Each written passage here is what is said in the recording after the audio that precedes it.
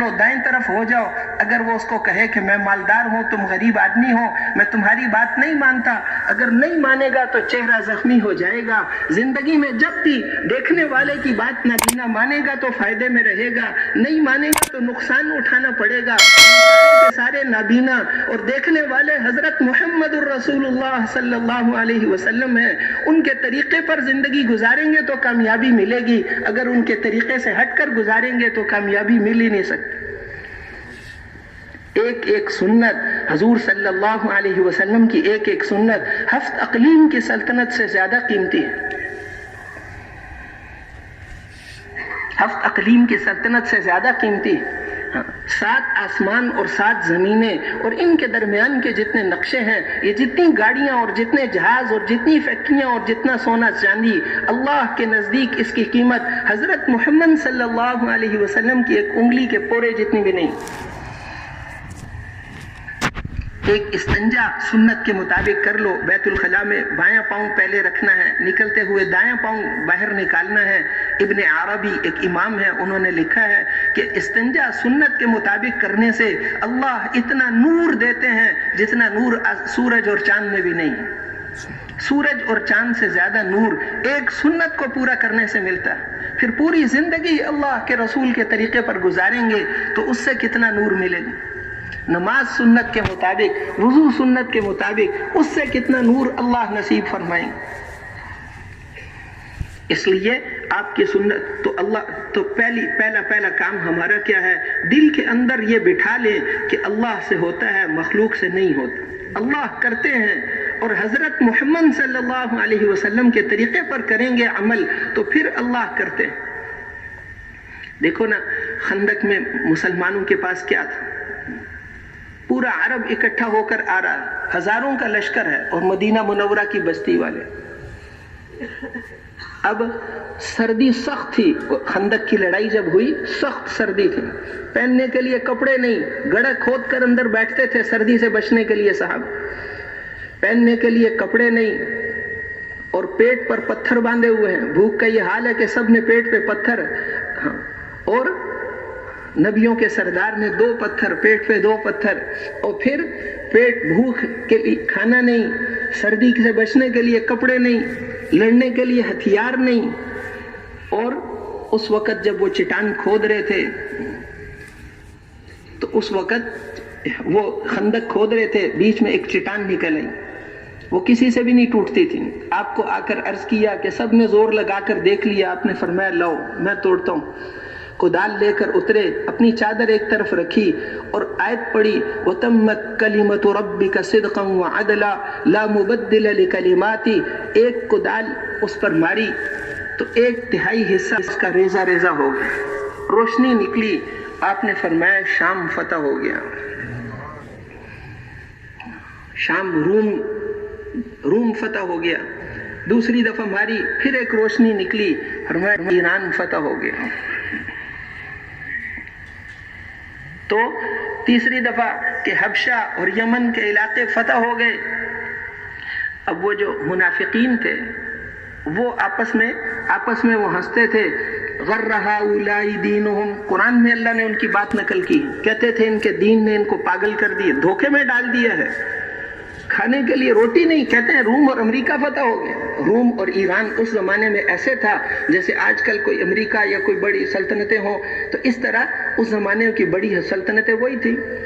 روم اور ایران، امریکہ وغیرہ میں اس وقت کوئی آبادی نہیں تھی، کہ وہ تو آپ اس پر خوشخبری سنا رہے ہیں، اور وہ کہتے تھے غر ہؤلاء دینہم، ان کے دین نے ان کو دھوکے میں ڈال دیا۔ لیکن صحابہ کی حالت کیا تھی؟ بے شک ایسا ہی ہوگا، 100% یقین ہے، ایسا ہی ہوگا۔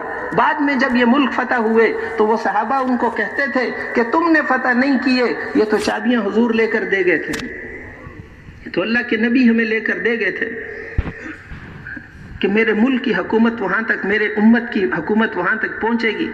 تو میرے محترم بھائیوں اور دوستوں، اس لیے وہ پاک دین ہمیں دے کر گئے، وہ مبارک دین ہمیں دے کر گئے جس سے کامیابیاں ملتی ہیں۔ حضرت عمر رضی اللہ عنہ، عراق سے ایک آدمی آیا، اس سے پوچھا سفر کیسا رہا؟ اس نے کہا امیر المومنین، ایسے لگتا ہے جیسے وہاں سے لے کر یہاں تک ایک ماں باپ کی اولاد رہتی۔ وہ امن و امان آپ فرما کر گئے تھے. حاتم تائی جو مشہور سخی تھا اس کے بیٹے بڑے صحابی تھے عدی، اور عدی کو آپ نے فرمایا تھا عدی ہیرا شہر تم نے دیکھا ہے؟ اس نے کہا دیکھا تو نہیں سنا ہے. کہ وہاں سے ایک جوان لڑکی آئے گی زیورات میں لدی ہوئی اور آ کر حج کر کے جائے گی، اس کو کوئی آنکھ اٹھا کر دیکھنے والا بھی نہیں ہوگا. اللہ کی قسم ایسا امن و امان اس دین پر آنے والا. حضرت عمر کے زمانے میں وہ آئی تو اللہ نے وہ سارے منظر دکھائے. پھر جب وہ بیت المقدس فتح کرنے کے لیے حضرت عمر رضی اللہ عنہ گئے تو وہاں پر کپڑوں پہ پیوند، جب وہاں پہنچ گئے تو کبھی غلام سوار ہوتا تھا اور حضرت عمر پکڑ کے چلتے تھے، کبھی حضرت عمر سوار ہوتے، وہ غلام سالم اس کا نام، وہ پکڑ کے چلتا. جب وہاں پہنچے تو غلام نہ پر تھا. وہ سارے وزیر سارے لوگ انتظار میں ہیں. بیچ میں ایک جگہ مٹی آئی، ہوز سا پانی، اس کے اندر سے گزرنا پڑا. نیچے گھٹنوں تک کیچڑ لگا ہوا ہے. جوتے حضرت عمر نے اپنے بغل میں پکڑے ہوئے ہیں. حضرت ابو عبیدہ مسلمانوں کے جو وہاں امیر تھے انہوں نے کہا ہا قضا یا امیر المومنین، اے امیر المومنین آپ نے ایسے ان کے سامنے آنا تھا. وہ تو ساری دنیا انتظار میں تھی، امیر المومنین آ رہے ہیں اور آپ آئے ہیں. نیچے کیچڑ لگا ہوا ہے، جوتیاں پکڑی ہوئی ہیں اور اونٹ کے اوپر کے غلام پکڑ کے چکے والا کہ امیر المومنین. تو حضرت عمر نے فرمایا اس کو چپ ہو جاؤ، ان کے دلوں میں جو ہماری عزت ہے وہ ہمارے لباسوں کی وجہ سے نہیں ہے، وہ اس ایمان کی وجہ سے ہے جو دل میں ہے. وہ پادری سجدے میں گر گئے. اس آدمی کا مقابلہ ہم نہیں کر سکتے، اس آدمی کا مقابلہ ہم نہیں، کہ ہم تو دنیا کی ذلیل قوم تھے، اللہ نے ہمیں اسلام کی وجہ سے عزت دی ہے، ہم کسی اور چیز میں عزت تلاش کریں گے تو اللہ ہمیں ذلیل کر دے گا.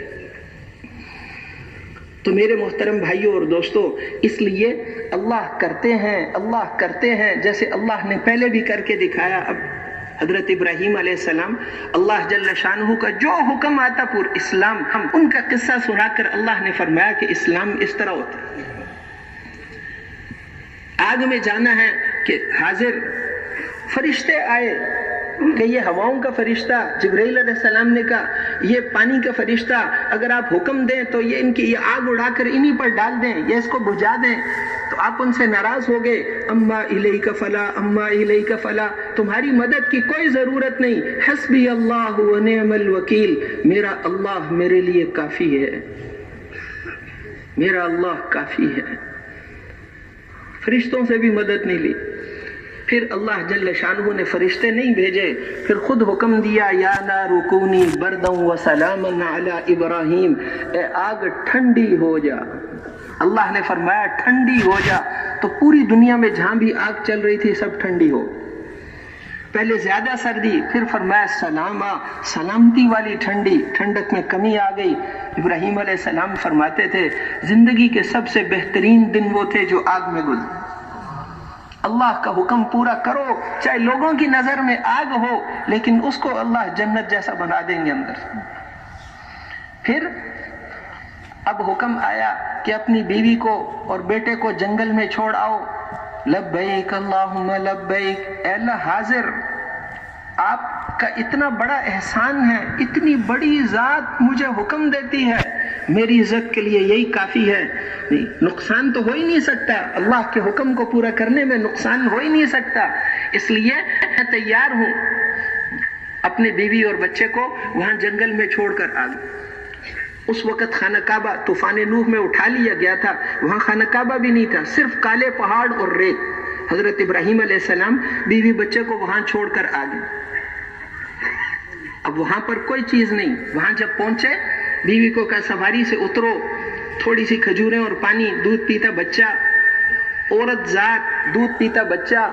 جب وہاں سے سواری لے کر واپس ہوئے تو بیوی نے گھر سے چلتے ہوئے تو نہیں پوچھا تھا، خامن ساتھ ہے جدھر بھی لے جائیں. اب اس نے پوچھا، اس نے دیکھا ہے تو جا رہے ہیں. الامن تکلنا یا ابراہیم، اے ابراہیم ہمیں کس کے سہارے چھوڑ کر جا رہے ہیں؟ عورت ذات ہوں، دودھ پیتا بچہ ہے، مرنے کے سارے سامان تھے، جینے کا کوئی سامان نہیں تھا. یہ تھوڑا سا پانی کب تک چلے گا؟ جواب دینے کا حکم نہیں، اس لیے ابراہیم علیہ السلام چلتے جا رہے ہیں. الا من تترکنا یا ابراہیم، اے ابراہیم ہمیں کس کے سہارے چھوڑ کر جا رہے ہیں؟ کس کے سہارے چھوڑ کر جا رہے ہیں؟ اللہ چاہتے تو اسی وقت چشمہ نکال دیتے، لیکن اللہ دیکھتے ہیں، آدمی کو دیکھتے ہیں کیا کرتا ہے، حکم کے پورا کرنے کے لیے اس کے اندر کتنی طلب، کتنی اس کے اندر استعداد ہے، آدمی کو آگے بڑھاتے ہیں اللہ جل شان۔ اس لیے اب وہ تیسری دفعہ پھر بیوی کو خیال آیا، 2 دفعہ جواب نہیں دیا، اس نے کہا کہ اچھا اللہ نے آپ کو حکم دیا ہمیں یہاں چھوڑ جاؤ؟ اس پر جواب دیا ہاں اللہ کا حکم ہے۔ تو اب ایمان اس کو کہتے ہیں۔ حضرت حاجرہ نے پھر کہا کہ اذن لا یضیعن اللہ، پھر آپ تشریف لے جائیں، پھر ہمارا اللہ ہمیں ضائع نہیں ہونے دے گا۔ کوئی نہیں، پانی نہیں، گھر نہیں، کچھ بھی نہیں، کوئی بات نہیں، اللہ کا حکم ہے ہم یہاں رہیں، ٹھیک ہے آپ تشریف لے جائیں، چلے جائیں، کوئی ضرورت ہی نہیں۔ پہلے تو خامن ساتھ تھا، اللہ تو زیادہ قدرت والے ہیں کہ آپ چلے جائیں۔ ابراہیم علیہ السلام چھوڑ کر چلے، وہاں کھڑے نہیں ہوئے، وہاں پہاڑی کے پیچھے جا کر دعائیں بھی پہاڑی کے پیچھے جا کر مانگ، اے اللہ ان کو کوئی کھانے پینے کا بندوبست کرنا، اے اللہ ان کو کوئی یہاں پر آبادی کی شکل تھوڑی سی بنا دینا۔ حکم پورا کر رہے ہیں نا، اس لیے یہ کہا اے اللہ کچھ لوگوں کا دل ادھر متوجہ کر دے۔ علماء نے لکھا اگر یوں نہ کہتے کہ کچھ لوگوں کا دل، تو ساری دنیا ہی ادھر چل پڑتی۔ اس لیے اب ابراہیم علیہ السلام چھوڑ کے چلے گئے، اور ہماری بیویاں حضرت حاجرہ سے زیادہ قیمتی نہیں ہیں، ہمارے بیٹے حضرت اسماعیل علیہ السلام سے زیادہ قیمتی نہیں ہیں۔ انہوں نے اللہ کے حکم پر جنگل میں چھوڑا تھا، ہم اللہ کے حکم پر چھوڑ کر جائیں گے تو اللہ کی قسم اللہ آج بھی اسی طاقت اور قدرت والے ہیں۔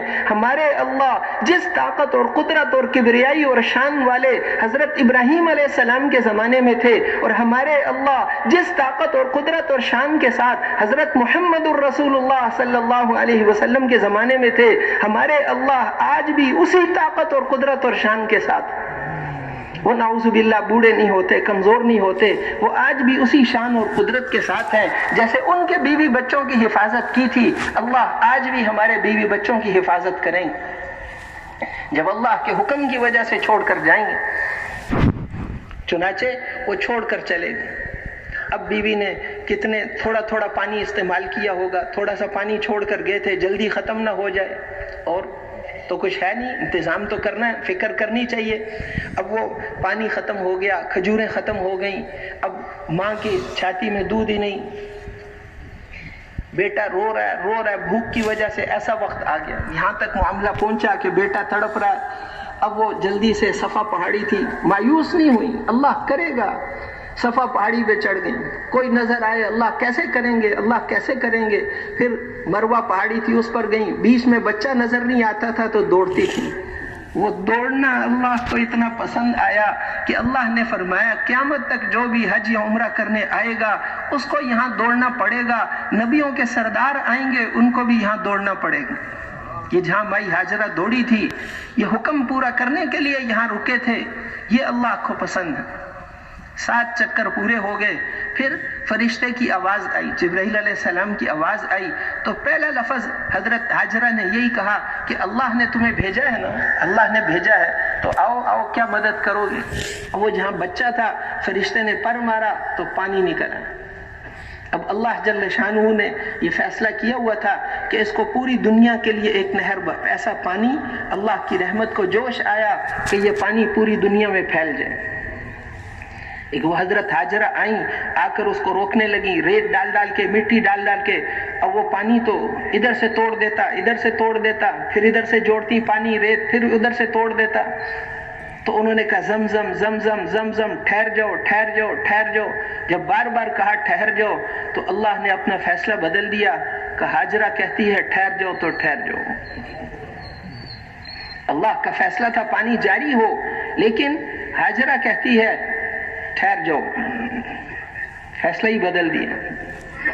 اس لیے حضور صلی اللہ علیہ وسلم نے ارشاد فرمایا کہ اللہ اسماعیل علیہ السلام کی والدہ پہ رحم کرے، اس دن اگر وہ اس کو نہ روکتی تو وہ ساری دنیا میں جاری ہو جاتا، وہ پانی ساری دنیا میں جاری ہو جاتا۔ ان کے روکنے پر رک جاؤ رک جاؤ رک جاؤ، اللہ نے کہا چلو رک جاؤ۔ اندر اندر سے وہ پھیلتا رہا، وہ برکت والا پانی اللہ نے نکال دیا۔ اب ان کا کھانا بھی زمزم، پانی بھی زمزم، دوائیاں بھی زمزم، زمزم لما شرب۔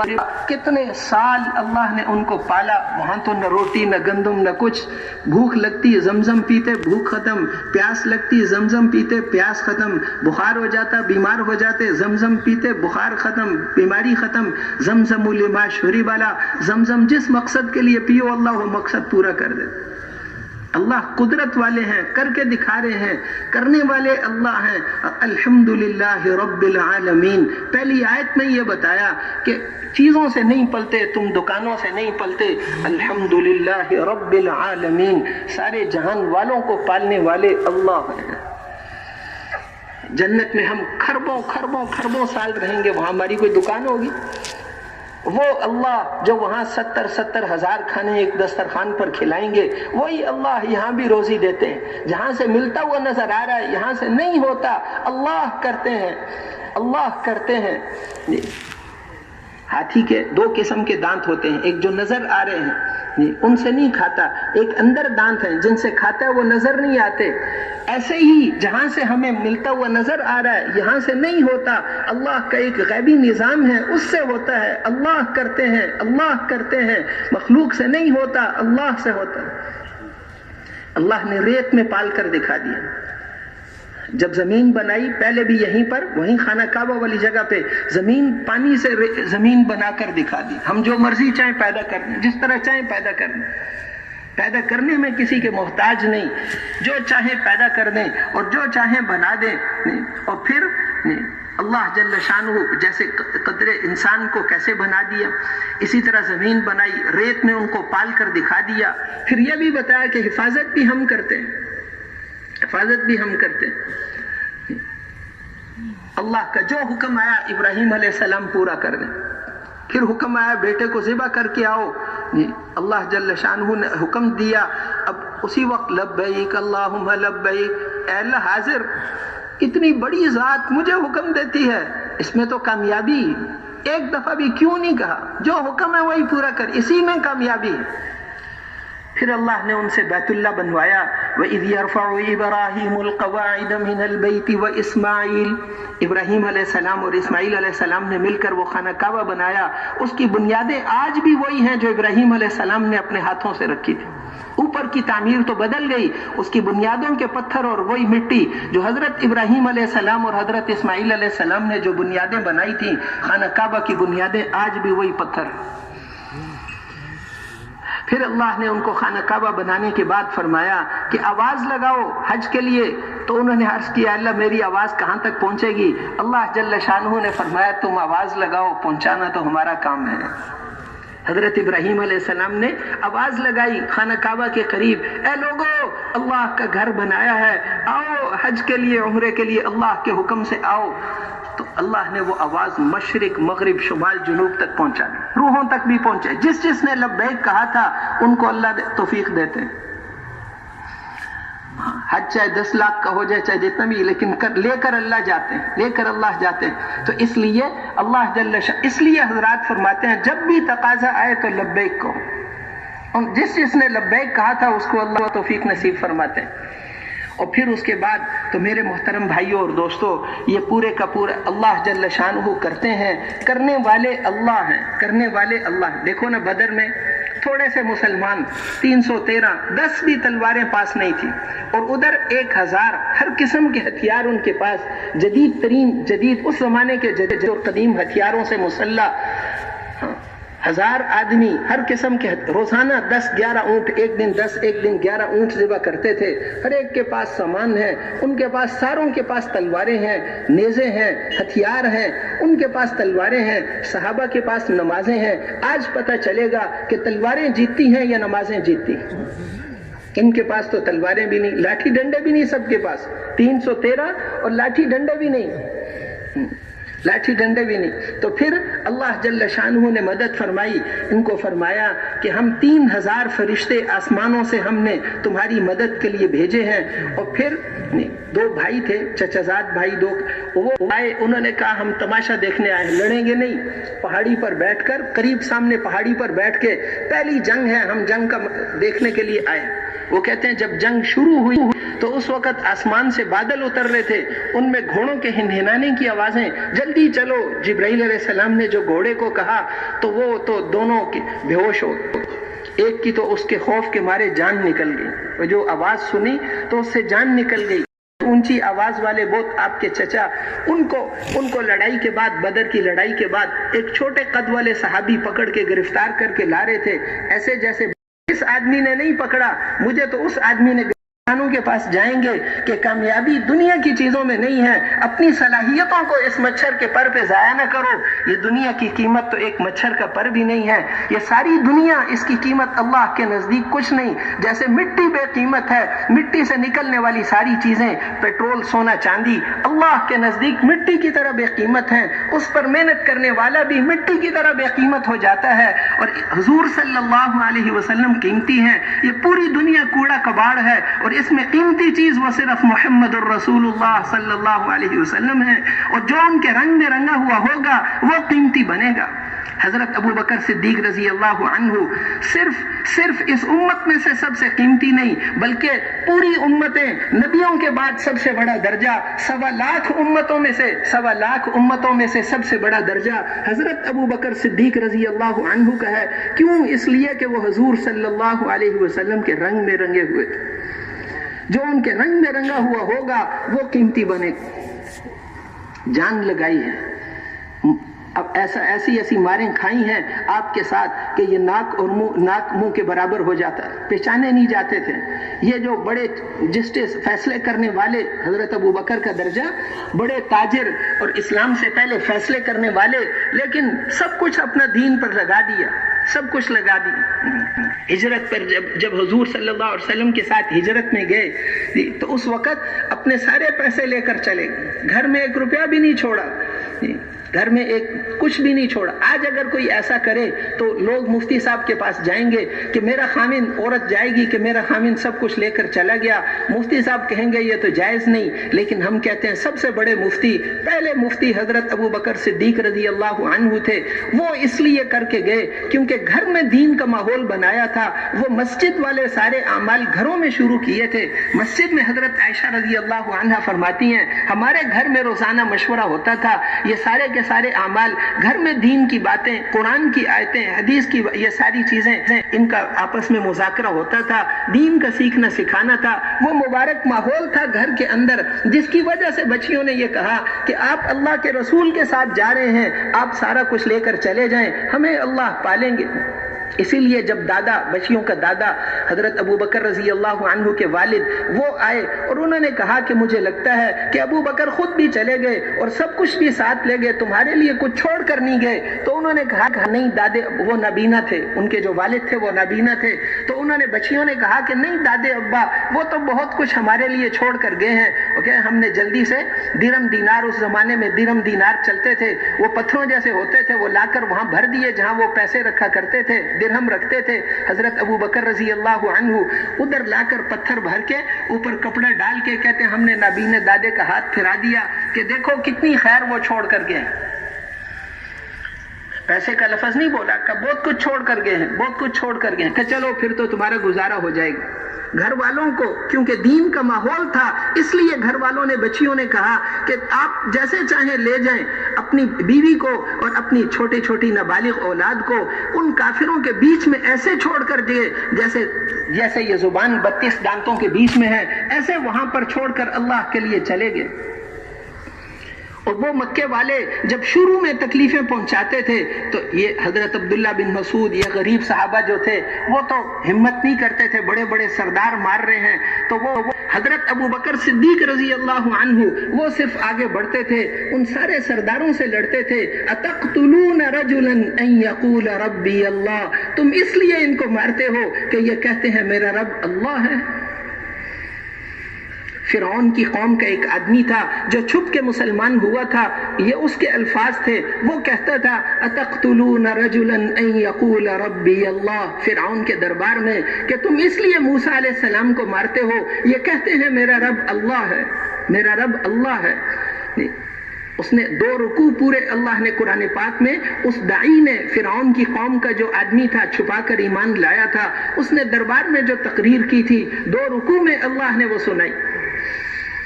وہ والی بات حضرت ابو بکر صدیق رضی اللہ عنہ دہرایا کرتے تھے. تو حضرت علی رضی اللہ عنہ جب خلیفہ تھے، ایک دفعہ انہوں نے ممبر پہ لوگوں سے پوچھا کہ مجھے یہ بتاؤ کہ صحابہ میں سب سے بہادر کون ہے؟ لوگوں نے کہا کہ آپ ہی تو ہیں، آپ تو ہیں، کیونکہ عمرو ابن عبد ود مکے کا بڑا سردار تھا، 1000 پہلوان 1000 آدمیوں سے اکیلا لڑنے والا. ایسے حضرت علی رضی اللہ عنہ نے مارا کہ 2 ٹکڑے کر دی. مرحب کو خیبر کے میدان میں مارا تھا، وہ بھی بڑا پہلوان، اس کو بھی قتل کر دی. عمرو نے کہا کہ کہاں ہے وہ جنت جس جنت کا کہتے ہو کہ وہ جنت ہمیں ملے گی، بلاؤ. حضرت علی کھڑے ہوئے، اللہ کے رسول مجھے بھیج دیجئے. آپ نے فرمایا کہ یہ عمرو ہے، بیٹھ جاؤ. پھر اس نے کہا، آپ پھر کھڑے ہو گئے کہ مجھے بھیج دیجئے اللہ کے رسول. آپ نے فرمایا یہ عمرو ہے، بیٹھ جاؤ. پھر تیسری دفعہ اس نے جب شیر پڑے تانا دیا، جب تانے دیے تو برداشت نہیں ہوا، پھر کھڑے ہو گئے. پھر آپ نے فرمایا یہ عمرو ہے. حضرت علی نے کہا اگرچہ عمرو ہو آپ مجھے بھیج دیجئے. آپ نے فرمایا پھر جاؤ. اب جب گئے ہیں، علی تقتحم الفوارس ہاکذا عنی وعنہم اخروا اصحابی، ٹھہر جاؤ ذرا، اب تمہاری بات کا جواب دینے والا آ گیا. اب اس کو جا کر اسے کہا کہ مجھے جب میں نے سنا ہے تم 2 باتوں میں سے ایک کو ضرور قبول کرتے ہو جب تمہیں 2 باتیں پیش کی جائیں. اس نے کہا ہاں. اب نے کہا میں پہلی بات یہ پیش کرتا ہوں کہ اللہ اور اس کے رسول پر ایمان لے آؤ، ہمیشہ ہمیشہ کے لیے کامیاب ہو جاؤ گے. اس نے کہا یہ مجھے نہیں چاہیے، یہ میں نہیں چاہتا. کہ دوسری بات یہ ہے کہ پھر میرے ساتھ لڑائی کر. ان کا یہ میں نہیں، تو میرا بھتیجا ہے. کہ نہیں، میں تو تجھے جہنم میں بھیجنا چاہتا ہوں، میں لڑائی کرنا چاہتا ہوں. تو غصے میں سرخ ہو گیا. اس نے کہا اچھا، ایسے جیسے پہاڑ، وہ بہت بڑی ڈبل زرہ اس نے پہنی ہوئی تھی. اب وہ آیا، حضرت علی رضی اللہ عنہ نے جب مارا تو اس کے 2 ٹکڑے کر دیے. پھر اسی طرح مرحب اور یہ سارا 7 سے کتنوں سے مقابلہ ہوا. تو حضرت علی نے وہاں پر فرمایا کہ یہ بات تو ہے کہ میرے مقابلے میں جو بھی آیا وہ کبھی جیتا نہیں، لیکن میں تمہیں بتاتا ہوں کہ صحابہ میں سب سے بہادر تو حضرت ابو بکر رضی اللہ عنہ. اس لیے کہ بدر کی لڑائی میں رات کو جو چھپر بنایا تھا وہ بہت سخت خطرے کی جگہ میں تھا. جب یہ پوچھا گیا کہ آج کون پہرا دے گا تو اللہ کی قسم صرف حضرت ابو بکر اٹھے تھے اور تلوار لے کر ساری رات پہرا دیا تھا. جہاں سے آواز آتی تھی فوراً وہاں جاتے تھے. حضور صلی اللہ علیہ وسلم رات کو رو رہے تھے تو آ کر وہ چمٹ گئے، اے اللہ کے رسول بس کرو، اب اللہ ضرور مدد فرمائیں گے. وہ مکے کے دن ہمیں یاد ہیں جب مکے کے سردار آپ کو تنگ کرتے تھے تو وہ جا کر ان سے حضرت ابو بکر لڑتے تھے. اتقتلون رجلا ان یقول ربی اللہ، ان کو اس لیے مارتے ہو کہ یہ کہتے ہیں میرا رب اللہ ہے. پھر حضرت علی رضی اللہ عنہ نے لوگوں سے فرمایا تم یہ مجھے بتاؤ کہ وہ جو فرعون کی قوم کا آدمی جو یہ کہتا تھا، جس کا قصہ اللہ نے قرآن میں سنایا ہے، وہ بہتر ہے یا ہمارے حضرت ابو بکر رضی اللہ عنہ بہتر ہے؟ پھر بہت دیر روتے رہے ممبر پہ. پھر لوگوں کو فرمایا کہ میں بتاتا ہوں خدا کی قسم، وہ فرعون کی قوم کا جو آدمی تھا جس نے ایمان چھپا کے رکھا ہوا تھا اور جس نے کہا تھا اتقتلون رجلا ان یقول ربی اللہ، اگر اس جیسوں سے ساری دنیا بھر جائے حضرت ابو بکر صدیق رضی اللہ عنہ کی ایک گھڑی کے برابر بھی نہیں ہو سکتی. وہ فرعون کی قوم کا آدمی جس نے اپنا ایمان چھپایا تھا اور اس نے فرعون کے دربار میں دعوت دی تھی، اس جیسوں سے اگر ساری دنیا بھر جائے حضرت ابو بکر صدیق رضی اللہ عنہ کی ایک گھڑی کے برابر نہیں ہو سکتی. انہوں نے چھپایا نہیں، انہوں نے ہمیشہ ساتھ کھڑے ہو کر آخری دن تک ساتھ دیا ہے، ہمیشہ ہمیشہ کے لیے ساتھ دیا ہے. تو میرے محترم بھائیوں اور دوست، اس لیے آپ زندگی میں آخری دفعہ جب ممبر پر بیٹھے تھے تو آپ نے فرمایا تھا کہ اے لوگوں، میں نے سب کے احسانات کا بدلہ اتار دیا سوائے ابو بکر کے، اس کے احسانات کا بدلہ تو اللہ ہی دیں گے. اگر میں دنیا میں کسی کو دوست بناتا تو ابو بکر کو بنا لیتا. لیکن یہ میرے مسلمان بھائی ہیں، یہ دل صرف اللہ کے لیے ہے۔ اگر میں کسی کو دوست بناتا تو ابو بکر کو بناتا۔ پھر فرمایا مسجد میں جتنی کھڑکیاں ہیں لوگوں کے گھروں کی کھڑکیاں مسجد میں کھلتی تھیں، کہا یہ کھڑکیاں ساری بند کر دو سوائے ابو بکر کی کھڑکی کے، ان کی کھڑکی کھلی رہنے دو، باقی کھڑکیوں کو بند کر دو۔ تو جان لگائی، مال لگایا، قربانی کی وہ وقت۔ تو میرے محترم بھائیوں اور دوستوں، یہ دین کی محنت ہے۔ اللہ کے دین کو لے کر ساری دنیا کے انسانوں کے پاس جانا ہے، تاکہ ان ساروں پر محنت کر کے ان کے اندر ان کو اس کام پر کھڑا کرنا، ان کو اپنی ذمہ داری کا احساس دلانا، یہ ساروں کی ذمہ داری ہے۔ جیسے نماز کی محنت سب کے ذمہ ہے نا، کہ جیسے نماز میں ہر ایک نے نیت، ہر ایک کو استنجا کرنا پڑے گا، ہر ایک کو وضو کرنا پڑے گا، ہر ایک کو قبلہ رخ ہونا پڑے گا، ہر ایک کو پاک کپڑے پہننے پھر اور مزہ آئے گا۔ پھر اللہ فرمائیں گے اس سے بھی خوبصورت آواز سننی ہے، یا اللہ اس سے اچھی آواز کس کی ہوگی؟ پھر اللہ خود قرآن پڑھ کے سنائیں، ایک ایک حرف نور کا بادل بن کر نکلے گا، ان کے حسن و جمال اور خوشبوؤں میں اضافہ کرے گا۔ اس دن پھر ان کے گھر والوں پر بھی پڑے گا۔ اس دن جب وہ گھروں میں جائیں گے تو ان کی بیویاں کہیں گی تمہیں کیا ہو گیا، تم تو بہت زیادہ خوبصورت ہو گئے ہو۔ کہیں گے تمہیں کیا ہو گیا، تم بھی خوبصورت ہو گئی ہو، کہ یہ وہ نور تھا جو اللہ کے قرآن پڑھنے سے نکلا تھا وہ وہاں پر۔ اور پھر عام جنتی جو ہوں گے وہ تو جمعے کے جمعے اللہ کا دیدار کریں گے، جمعے کے جمعے۔ وہاں تو ایک دن بھی 1000 سال کا ہوتا ہے، جمعہ کتنے عرصے بعد آئے گا۔ اور جو خواص جنتی ہوں گے وہ روزانہ، ان کو جمعے کا انتظار نہیں کرنا پڑے گا، ان کو روزانہ دن میں 2 دفعہ اللہ دیدار کریں گے، روزانہ اللہ جل شانہ کا دیدار کریں گے، روزانہ اللہ سے قرآن سنیں گے، روزانہ اللہ سے ملاقات کریں گے۔ اللہ وہاں ان کی خواص جنتی، ان کی جنت میں 1 انچ سونے کی 1 انچ چاندی کی نہیں، وہاں سب کچھ سونے کا ہے، وہاں سب کچھ سونے کا ہے، وہاں کی نعمتیں اور بڑی۔ تو میرے محترم بھائیوں اور دوستوں، وہ نعمتیں وہاں کی، ایک دن میں 10,000 من پرندوں کا گوشت کھا لیں گے اور 1000 من پھل کھا لیں گے، نہ پیشاب، نہ پخانہ، نہ بلڈ پریشر، نہ شوگر، نہ کوئی بیماری ہے ہی نہیں، وہاں پر خوشبودار ڈکار میں وہ سارا ہضم ہو جائے گا۔ تو میرے محترم بھائیوں اور دوستوں، وہ ہمیشہ کی نعمت ہے، وہ جنتیں جن کو ٹھیکیداروں نے نہیں بنایا، اللہ نے خود بنایا ہے، اللہ نے اپنے ہاتھوں سے بنائی۔ وہ جنت کتنی مزیدار ہو۔ اس دنیا میں صرف ایک چیز اللہ نے اپنے ہاتھوں سے بنائی ہے اور وہ انسان ہے، پہلا انسان۔ اب انسانوں میں کتنے کمالات ہیں۔ ایک محدث تھے یحییٰ ابن معین رحمۃ اللہ علیہ، 10 لاکھ حدیثیں اپنے ہاتھوں سے لکھی تھی۔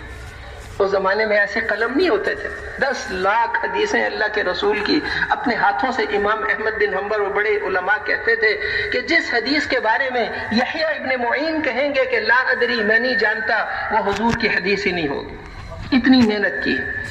ان کا جب مدینے میں انتقال ہوا تو بنو ہاشم حضور کے خاندان والے وہ چارپائی نکال کر لائے تھے جس چارپائی پر اللہ کے رسول کو غسل دیا تھا، کہ اس چارپائی پر اس کو غسل دیں گے۔ اس نے اللہ کے نبی کی حدیثوں کی حفاظت کر دی۔ محنت، ایک ایک آدمی کے اندر صلاحیتیں، ایسے ایسے لوگ اللہ نے بنائے ہیں۔ وہ اس لیے کہ یہ پہلا آدمی اللہ کے ہاتھوں سے بنا تھا۔ وہ جنت کتنے کمال والی ہوگی جس کی ہر چیز اللہ نے اپنے ہاتھوں سے بنائی ہے۔ اس میں ایک دوسرے سے مقابلے کرو، وَسَارِعُوا إِلَى مَغْفِرَةٍ مِّن رَّبِّكُمْ وَجَنَّةٍ عَرْضُهَا السَّمَاوَاتُ وَالْأَرْضُ۔ اے لوگو، ایک دوسرے سے مقابلے کرو اپنے رب کو راضی کرنے میں، اس کی بخشش کو تلاش کرنے میں، اور اس جنت کے لینے میں جس کی چوڑائی زمینوں آسمانوں سے زیادہ ہے۔ 7 آسمان زمین ایک دوسرے سے ملا دو، اتنی تو صرف چوڑائی ہے، اور پھر لمبائی اس کی، اور پھر وہ جنت۔ کہیں فرمایا فَفِرُّوا إِلَى اللَّهِ، اللہ کی طرف دوڑ لگاؤ۔ مقابلے کرنے والے یہاں مقابلے کر کے دکھائیں، ایک دوسرے سے مقابلے کرنے والے۔ تو میرے محترم بھائیوں اور دوستوں، بہت مختصر زندگی ہے، ہم میں سے ہر ایک نے چلے جانا ہے۔ جانے سے پہلے آج موقع ہے، اس کو غنیمت سمجھ لیں۔ اللہ کے دین کی محنت، اور ہے بہت آسان اس لیے کہ جو دین کی محنت کرے گا، اللہ کا وعدہ ہے کہ اللہ کی مدد ہمارے ساتھ، داعی کے ساتھ اللہ کی مدد ہوتی۔ کسرا بادشاہ کو اللہ کے رسول نے خط لکھا تو اس نے خط آگے پڑھا ہی نہیں، پہلا جملہ کہ یہ خط محمد الرسول اللہ کی طرف سے کسرا بادشاہ کے نام، اس نے خط ہی پھاڑ تو میرے نام سے پہلے اپنا نام لکھ دیا۔ آپ کو پتہ چلا، آپ نے فرمایا اس نے ہمارا خط نہیں پھاڑا، اپنا ملک ہی پھاڑ دیا۔ ہلاک کسرا فلا یکون کسرا بعدہ، کسرا ہلاک ہو گیا، آج کے بعد دنیا میں کوئی کسرا نہیں آئے گا۔ داعی حضور تو اللہ کی طرف بلانے والے داعی کے ساتھ اللہ کی مدد ہوتی، یہ اللہ کا وعدہ ہے، اللہ کا وعدہ ہے، اللہ کی مدد ہمارے ساتھ ہوگی۔ اس پر ساری امت کو لانا ہے، ایک ایک امتی کو اس کے لیے تیار کرنا ہے، یہ ہمارا کام ہے، ہماری ذمہ داری ہے۔ ہم تاجر نہیں، ہم زمیندار نہیں، ہم دنیا کے اور کاموں والے ڈاکٹر انجینئر نہیں، ہم پٹھان نہیں، ہم بلوچ نہیں، ہم پنجابی نہیں، ہم پاکستانی نہیں، ہم مسلمان ہیں۔ پوری دنیا ہماری محنت کا میدان ہے، ساری دنیا کے انسانوں کو دین پر لانا اور دین پر چلانا یہ ہماری اصل ذمہ داری ہے، اور اس لیے آسان ہے کہ اللہ ہمارے ساتھ ہے، اللہ کی مدد ہمارے ساتھ کہ تم اللہ کے دین کی مدد کرو، اللہ تمہاری مدد۔ ہم کیا مدد کر سکتے ہیں؟ گشت کرنا ادھر ادھر تھوڑا، ہم کیا مدد کریں؟ ہم اپنی کمزوری کے ساتھ، اور اللہ کا وعدہ ہے اس پر اللہ اپنی طاقت کے ساتھ ہماری مدد کریں، اللہ کی طاقت ہمارے ساتھ ہو جائے گی۔ تو اس کے لیے جو بھائی تیار ہیں وہ ہمت فرما کر کھڑے ہو جائیں۔ ابھی تک 4 مہینے نہیں لگائے، چلہ نہیں لگایا، وہ ہمت فرما کر اقادے فرما دیں۔